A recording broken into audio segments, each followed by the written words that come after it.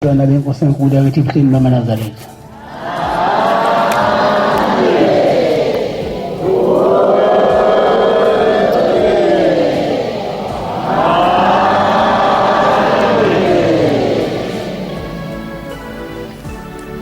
Konzo isabatha yasekuseni siphathelwa umfundisi Khumalo wakhona la ekhaya inkosi Mbusisi.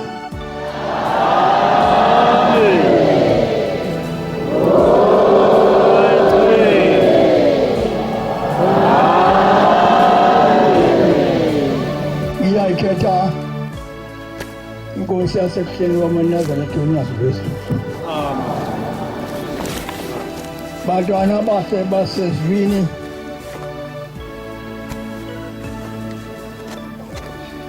sisemhlanganweni kaNkulunkulu owafika emazweni akithi noPombela esitimela saMpondo. Amen. Wasilethela into enhle nento ephilisayo nento esikhipha ezonweni isifake esizulwini. Ngiyabonga uNkulunkulu. Nesiyasisa konke okubi senzo kuhle. Amen. Ngicabanga ukuthi-ke bantwana basesizwini indaba yokuyeka okubi wenze kuhle umuntu ngamunye isekukholweni kwakhe. Akabonga uNkulunkulu. Angiyili igagu kodwa lokukhuluma amaNazaretha encane. Ngiwumuntu nje okhulumayo ongabi nawo ukuthi inkulumo eningi namaswe andileyo amaningi. Kodwa ngiyayikhulumela lokho uNkulunkulu osuke ngiphe khona ngaleso sikhathi. Ngiyabonga uNkulunkulu. Ngiyabonga-ke ngibongela izwe lakithi ukuthi linenhlahla yokuthi khona kulo lo mhlangano omkhulu ka-October obakhona minyaka yonke. Manje uNkulunkulu engaba nathi njalo-ke asikhumbule sazi ukuthi sinalento enkulu la emazweni akithi ngale nyanga October. Amen. Bantwana abase bakaNkulunkulu, indaba-ke enkulu esihlangene ngayo lapha, sihlangene ngothando lokuthanda uShembe. Iyona ndaba-ke leyo enkulu yothando lokuthanda uShembe uNyazo Wesuthu. Ngoba ongenalo uthando lokuthanda uShembe uNyazo Wesuthu akekho phakathi kwethu. Uma ekhona ecashile elingisa njengelekhuzana ngempisi eyatsheleka ikhumba semvu, kanti ibona izimvu zinonile khona ive funa ukuyibamba iyihle. Yasitsheleka ikhumba sithi ngimbathisani ngihambe nazo ngoba ngiyabona ukuthi ngeke zingihlule ngamandla. Ngizohamba ngihambe ngale bese ngizilahla phansi lesikhumba sengibamba imvu enonileyo ngihle ngoba ngiyabona ukuthi izimvu zinonile futhi azinawo amandla okulwa. Amen. Engaba kushayeke phambi kukaJehova wethu uNkulunkulu wethu uNyazo Wesuthu uthi la unesikhumba semvu sembethileyo Siyakucela umusa kaNkulunkulu ugumu leso sona sithiya ngaphandle kweJudiya engangeni nasengaphakathi kwalo muzi. Ngaphakathi kwalo muzi sifuna wena ukuba ungene la sishumayele sikutshela ukuthi unyazo uNkulunkulu. Amen. Ngicela ukuhlabelela ingoma 211.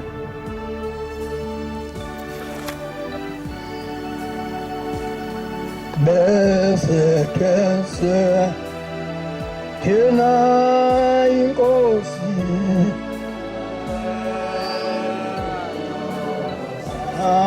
ayijoga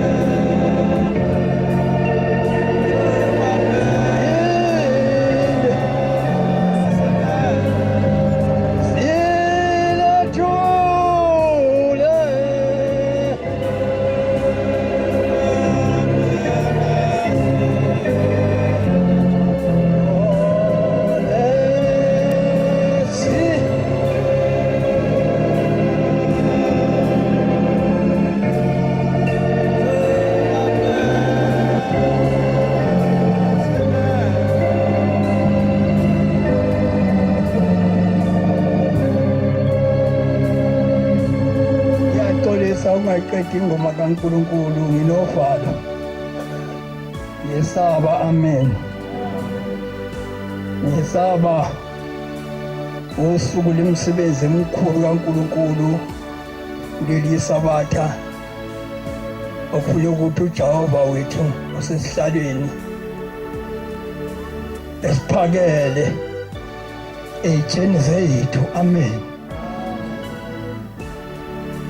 Ey'tsheni zethu esisenazo sathi masiphuma emakhaya awubaba nobaba mkhulu sayigeza zakufanela ukuthi mayiphaka uJehova lapha ey'tsheni ukudla kuyohlala kuleso sitsha sakho kuyokusuthisa.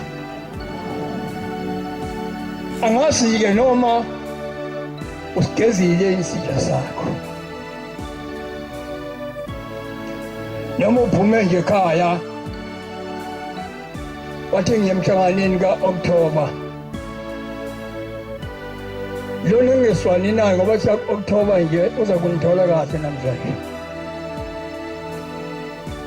Ngifuna ukuqondana naye ngqo ngoba siya October kuyakuba khona nje ngomthola kahle. Amen. Mawenza lokho uwenza lento esingayifuni la kuyibona la. Phela uyabasitshela nje ukuthi la khona into enjalo ufuna ukuyenza. Sekutshela ukuthi sicela ukuphume lapho ekhulumela le hayi la egcekeni. Lapha egcekeni silindele umoya ongcwele kaNkulunkulu ozosiphilisa. Silindele umoya kaNkulunkulu ozosigeza. Silindele umoya kaNkulunkulu ozochitha izinsizi nenhlupheko zethu. Wena ufuna ufika nempi noma uphume ehlangwini noma uphume ebhoksini kakhaya isibhakela cha no asidingi kodwa umuntu ufika nesu leyo nyazi lesu leyo ndaba esiyithandayo sizocela okuhle kodwa lapha hayi into empi Vula incwadi bafana Matthew 7 verse 7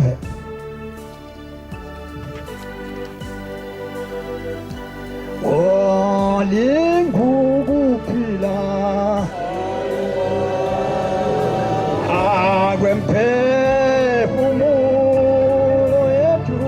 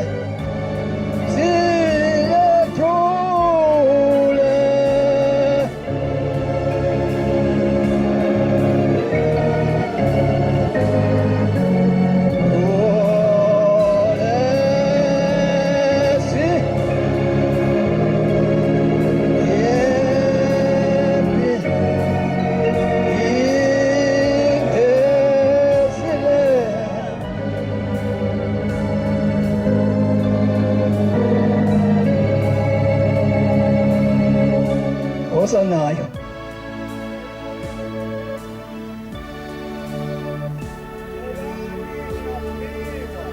siselapha abantwana bakhe basesizweni manazaletha amanazaletha qhamuka umhlaba wonke ese enkosini yasesizweni unyazi lwezulu azocela ukuba aphiwe ukuphila inkosi unyazi lwesu osanayo baba celani niyakuphiwa funani niyakufumana sizofuna indlela ukuthi indlela esihamba ngayo iyo into ezothi masihamba ngayo sicele bese siphiwa ngqongqothani niyakuvulelwa nasemnyango lapho sizongena khona ngezinto zokugcina funeka sibheke ukuthi sihamba ngayo indlela lapho zothi masingqongqothe khona kube umnyango lowo esibekwe kuwo inkosi unyazi lwezulu sivulelwe lowo ocelayo uyakwamukeliswa hamba naye nofunayo uyakufumana hamba naye nongqongqothayo uyakuvulelwa hamba naye umuphi umuntu kunina okungathi uma indodana yakhe icela isinkwa ayinike itshe na hamba naye noma icela inhlanzi ayinike inyoka na osibusise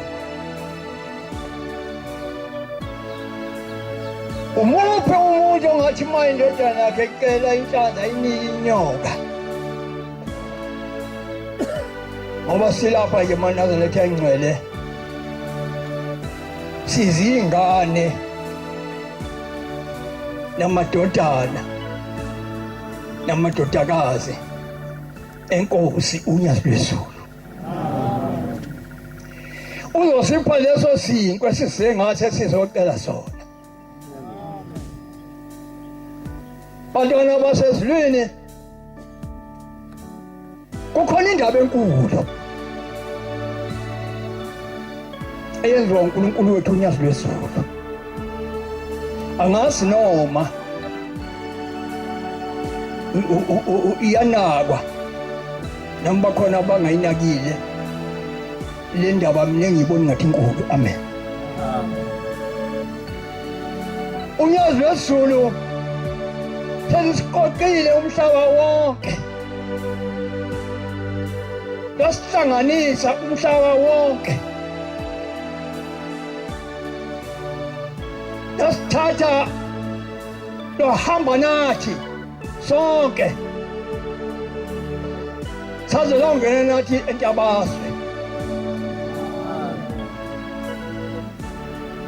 Lapha nami ngangazi khona ukuthi konje ngelinye ilanga ngihamba ngoyefika entabazwe. Kodwa uNkulunkulu wethu ophambi kwethu usesenze sayofika lapha. Sasingazi ukuthi lo uNkulunkulu ohlezi ehlaleni phambi kwethu uzosisa lapha esazalwa khona.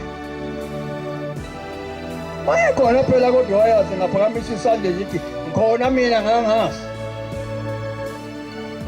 Mayekhona kodwa ngithi mina sasingazi, akekho engazi owayazi. Manje abantwana basezulwini, into enkulu kakhulu leyo uNkulunkulu oyenzile phakathi kwethu wasise lapha esizalwa khona. Le ndaba-ke inkulu yayisinwebeka. Bantwana basezulwini, mina ngithi-ke entabazwe inkosi uNyazi lwezulu lalilande ukhiye ka-October.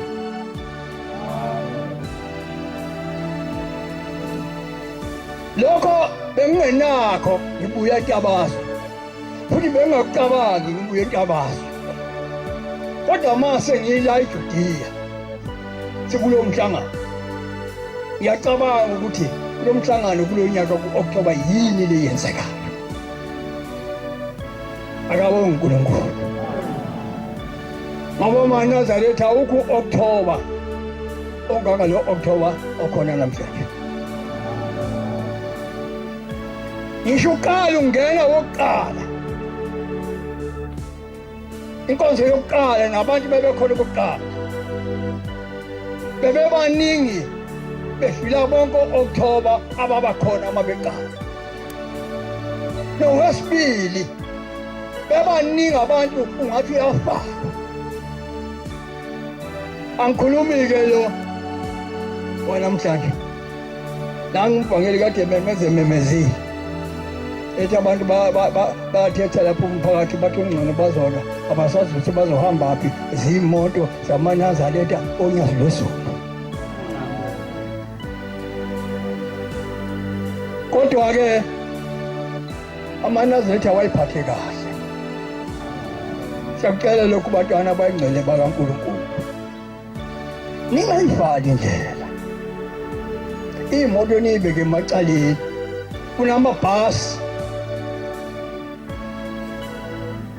Kunamabhasi athutha umphakathi akabe safika lapha. Kodwa ngiyakhuluma nje nami, lokho kuyasenzekela. Akekho thi hambani novalisa. Ithe indoda yakulelizwe lakithi ikhuluma nami ithi, hey mfundisi uKhumalo, ngithi mina yebo baba. Ithi amaNazaretha akholwe kanjani asonta kanjani? Ngimbuzo wakho kangusu buqonda ukuthini ngisho njalo awungenze ukuthi ngiwusu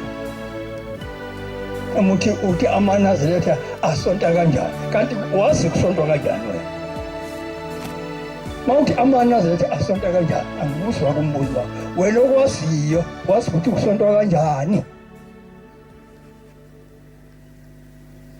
Uthi ngazi ukuthi umuntu ungena endlini yesonto asale phakathi asonte ngithi mina ya pho amaNazaretha enzini. Uthi kusuka eJudiya njengo-October uze washa phezulu lapha lesi sitobhu kuthiwa kwadubazana futhi iNazaretha ihlezi khona ilalele oshumayelayo ilalele ohlabelelayo ngoba lento elikhuluma ngayo ihamba uyafika khona. Makuthiwa inkosi ayikususa ukuguqa kwebandla guqe uvula isihlabelele uyahlabelela uhlezi eduze kwemoti yakhe uyasonta. Uthi manje sididekile kanti kusonta kanjani umuntu usonta seduze kwemoto yakhe? Ngithi mina kanti ngisho lokho uthi yebo ngisho lokho ngithi cha phela ukukholwa komuntu umbuzo olula kabi. Ukukholwa komuntu akukhona esontweni. Ukukholwa komuntu kusenhliziyweni yakhe. Mayihleze ekhaya lakho umuntu endlini uyasonta edumisa uNkulunkulu. Mayesendleleni unelungelo noma ngabe libalele kuphenduka ukusuka ehlale phansi kwesihlahla sonke ngoba ukukholwa kukuye. Wena ngoba uthi ukukholwa kusesontweni nje amthandazi nje uNkulunkulu ungena esontweni kanti ukhuluma ngoNkulunkulu. Wambuza umbuzo wesiphusha kangaka indaba.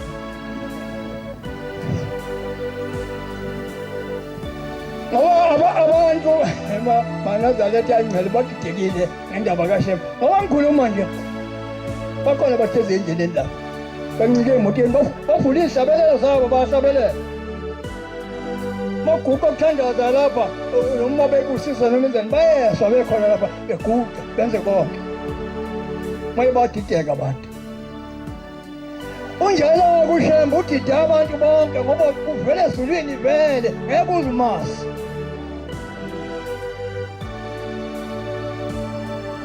Indaba-ke kodwa enkulu amaNazaretha ayingcwele ekhona manje entsha futhi enhle futhi uNkulunkulu osipheka uyingilozi engiyibona mina ukuthi iye yageza inhliziyo zabantu zabanothando kakhulu kunakuqala eyokuthi la eJudiya ngoba sila mhlaneni ka-October sisanokhiye wasentabazwe ngoba ukho omnye umhlangano omkhulu ophuma entabazwe ubaba aye kuwo ngaphandle kwalo wala eJudiya. Entabazwe sisuke silanda ukhiye womhlangano omkhulu ka-October. Ngakho kumele-ke kusukume ngisho sinedolo ngoba noma walahleka kulungile ngoba noma walahleka nje kodwa ufelanga khona wabuye ukhona le futhi ngomhlezi lapho uyazazi ukuthi walahleka kanjani kangakanani awuzukutshenwa yini. Kanti sekuphuma enkonzweni yasemini sengibuya sihamba lapha emgwaqeni esasi ngaseduze kwezindlu zamabhunu ibhasi lethu lalipake khona khona indawana ejika nje usuzongena lela lokuhlala emabhunu ngafika indoda ngoba kwase kuthanda ukuhwelela ngafika indoda iyimikhakha ngayibuka le ndoda ikhalelana ngoba lo muntu umyedwa nje akho umuntu eduze kwakhe abantu bayihambelana ngapha badlula ngapha nangapha abasho lutho uyakhala lo ngise uma sengizodlula kuye sengiyamzwa-ke manje ukuthi ukhala nje uthini uthi kodwa hawu uNkulunkulu unyazi lwesulu ngilaselayo uthi ngisize kanti sayibona indlela ngisazi nokuthi ngiqhamuke ngaphi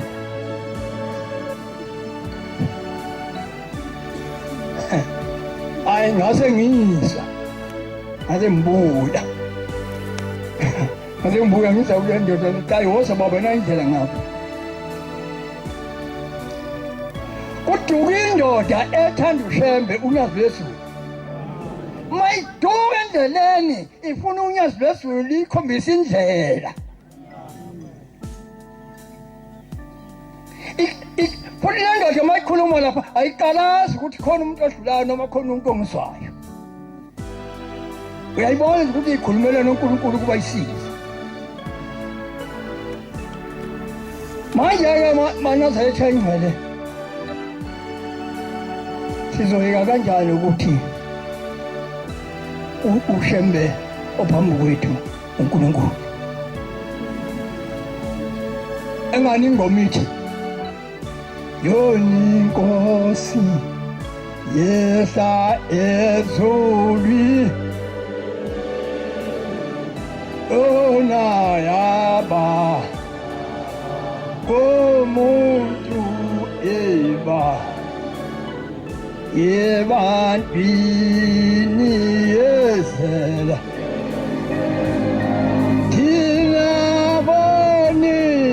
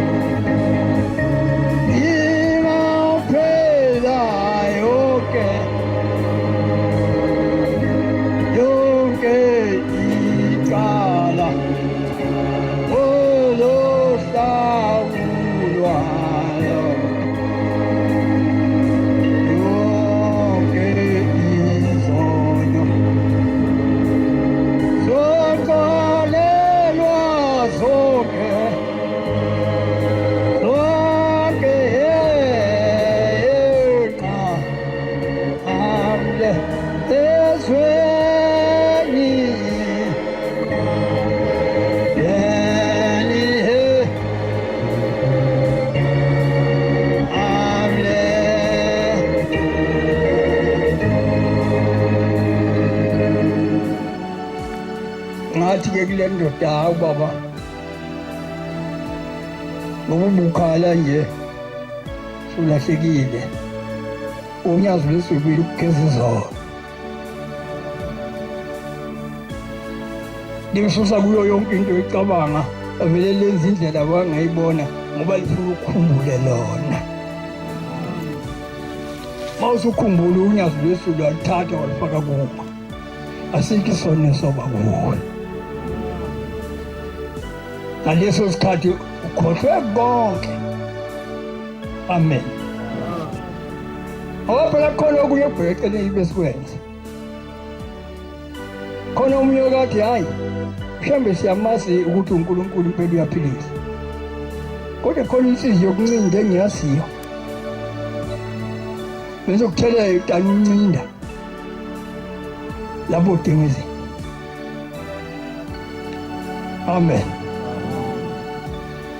engazi ukuthi la kuleli bandla kukhona abantu asebancinda behluleka bathinga phansi leyo nto bakhetha ishembe bakwazi kahle ukuthi ukuncinda into engenamsebenzi walutho yikho lokho bangixabanisa nenyanga eshoko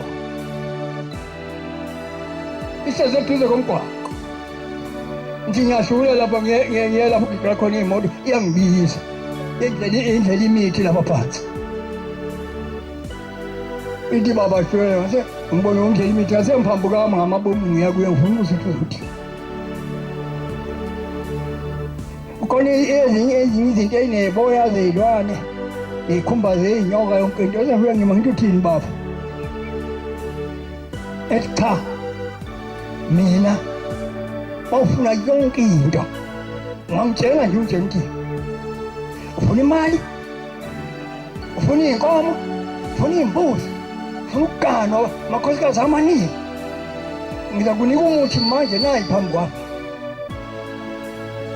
Njengoba ufuna isitoko. Seyilapha le ndoda fake ibhulukwe nje engingalitholi kahle ukuthi intombi yasigqoke ibhaji. Ibhaji lineshati ezimnyama la emaqaleni egcebezelayo. Ngithole nje ngimi ikhuluma isiqede. Ngimzuqedile. Ngene. Mina ngoba uyakwazi ukwenza umuntu ebenemali. Into edala ukuthi ngaliwashe ibhaji lakho.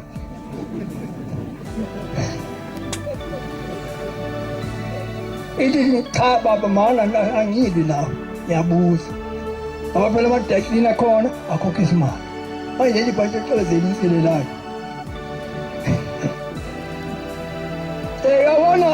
Yabona ngesinye isikhathi yethi ke le ndoda kimi.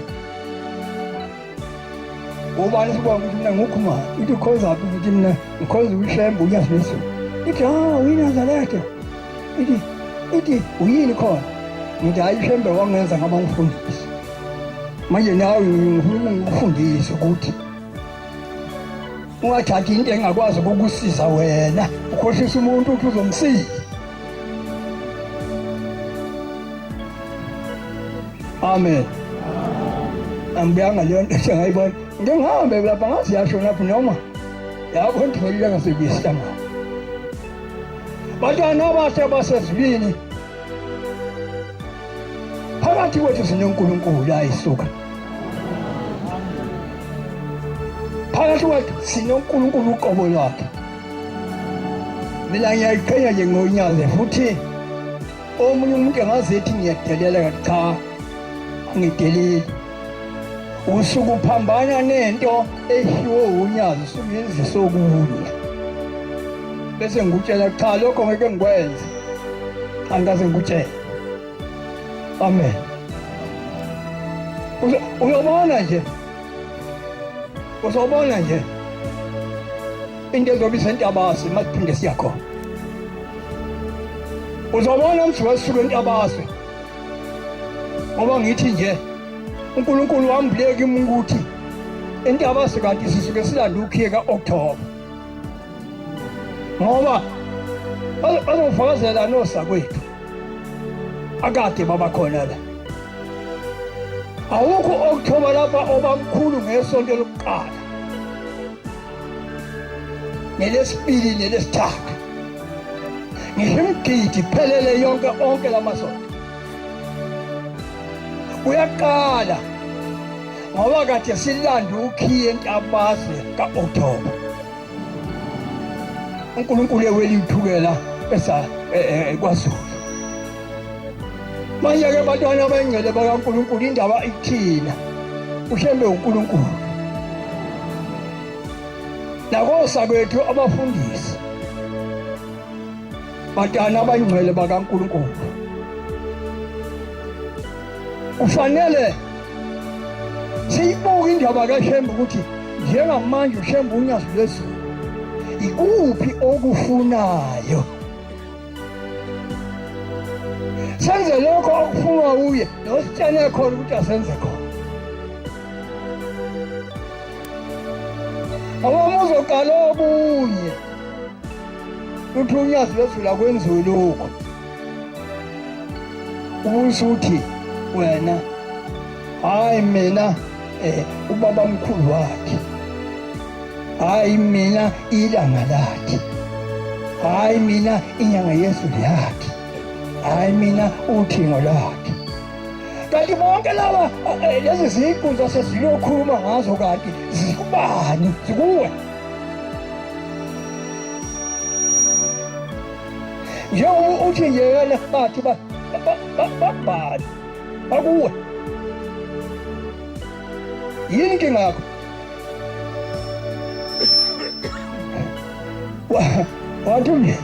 Wathi umfundisi shumelela kuphakayi nangendleka lamembuka lento ekhonjwa uhlamba unyazi lwesulu lathi ayenziwe fanele asenze yona ngoba uNkulunkulu wethu lo ithi imphendula amehlo nje ngabhekisa ngapha ngibona nayo insizwa emhlophe phakathi kwethu ayibona kuhlezi nayo impela lapho ngiyayibona nansi yimpela le engayibona kuhlezi ngaze ngakhuluma nayo nansi unyazi wesu ngakhuluma nayo le nsizwa mhlawumbe yayingamboni ngoba ngangigqoke ngenye indlela manje ngigqoke ngenye indlela. Amen. Bantwana basezulwini siphambi kukaNkulunkulu. Asibambane ngezandla. Siye ngenhlanye njengamanzi. Isikhathi lesi sokuba uZulu uhlangana ulithunyazi manje akukhona izulu le.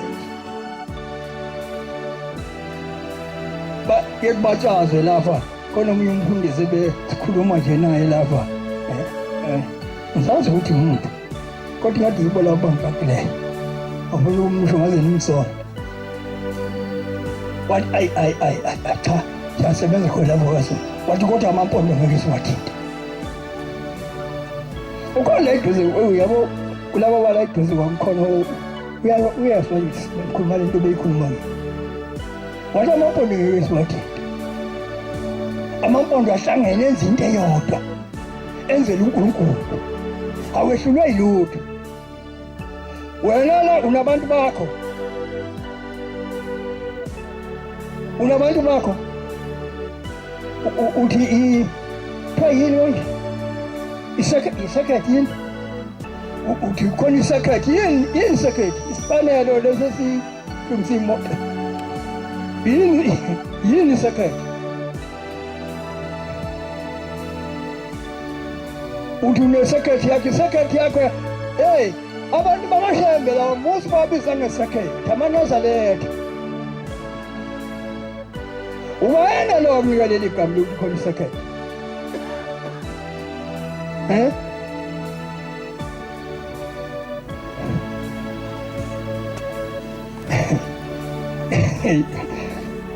yimi emphethe lapha isekhethi yami unyazi kaze uyisho le ukuthi abekhona isekhethi bantwana basezulwini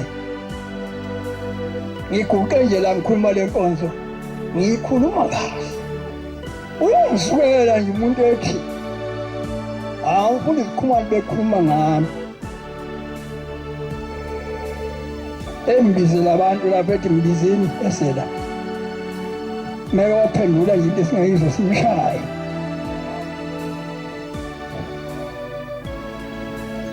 angikhulumi ngawe kodwa ngikhuluma ngokuthi asenzele uNkulunkulu izinto ezinhle nezinto ezinkulu siphenduke sibe munye ihliziyo ibenye ngoba uNkulunkulu esimlandelayo munye ngiyabona lento ebamngweni isitezi ngiyabona ukuthi sihle kanjani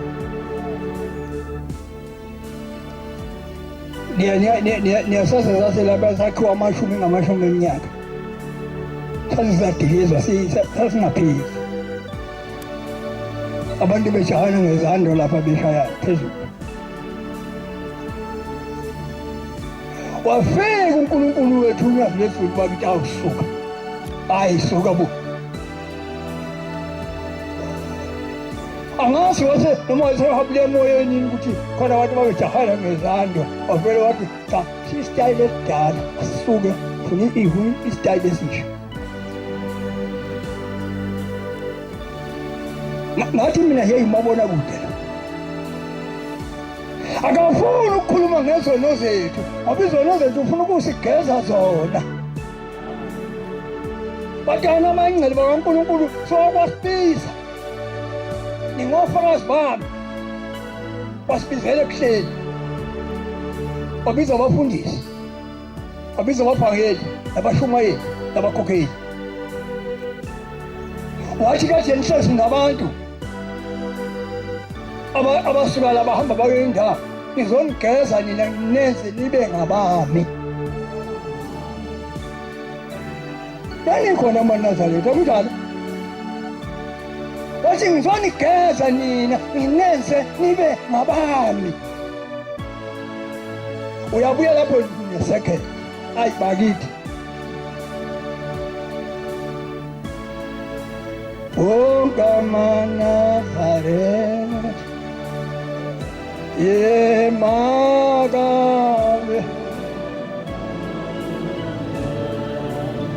abe munye wo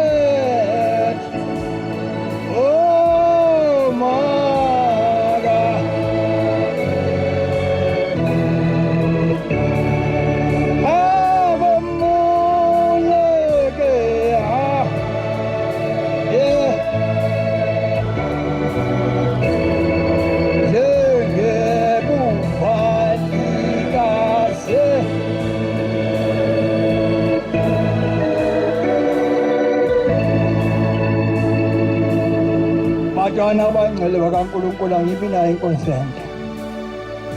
uNkulunkulu wami ukungipha inkonzo emfishane. Nami-ke ngenziwe uNkulunkulu ngaba njalo. Amen. Kodwa sengiye ngasekuphethwe. Ngithanda ukuthi phambi kwesihlalo sasezulwini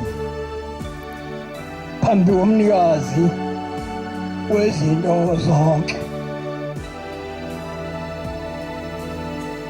angicelele abantwana esenzena umsebenzi la eJudiya lapha esitezi ngoba libona kukuhle kangaka nje uNkulunkulu wenze sakhe isitezi esingangena ngisho ngamalulwane. Buka lapha na ngabuka mina nje ngalibuka ukuthi ikhona indawo ngenilwa. Ikhona.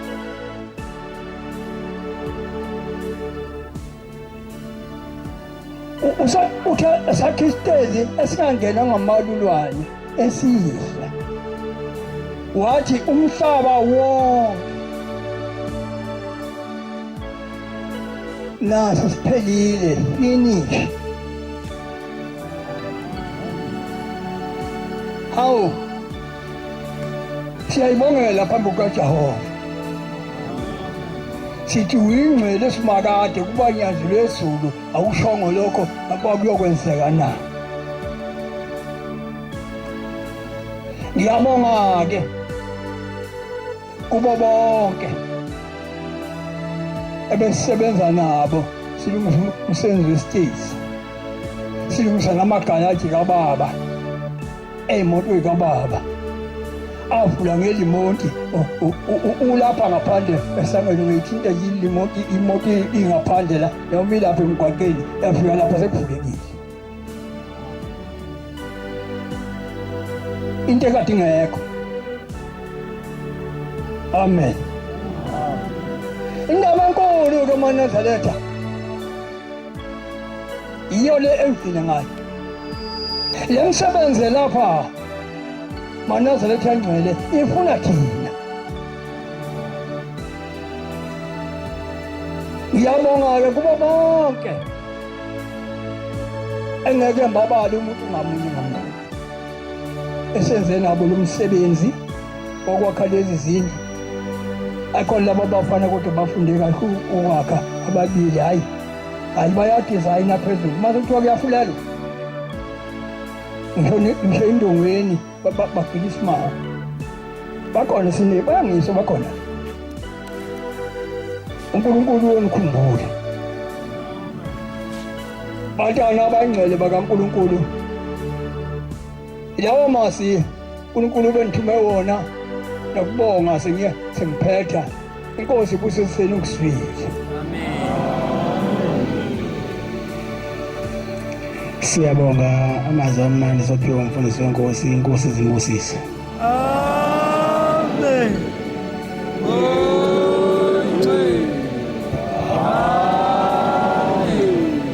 Sizovala inkonzo yesabatha lasekuseni ngesihlabelelo sama215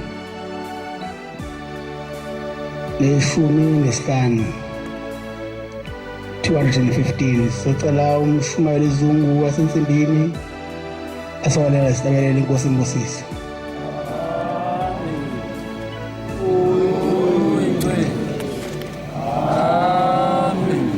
Inkosi ibusipha amabangcwele.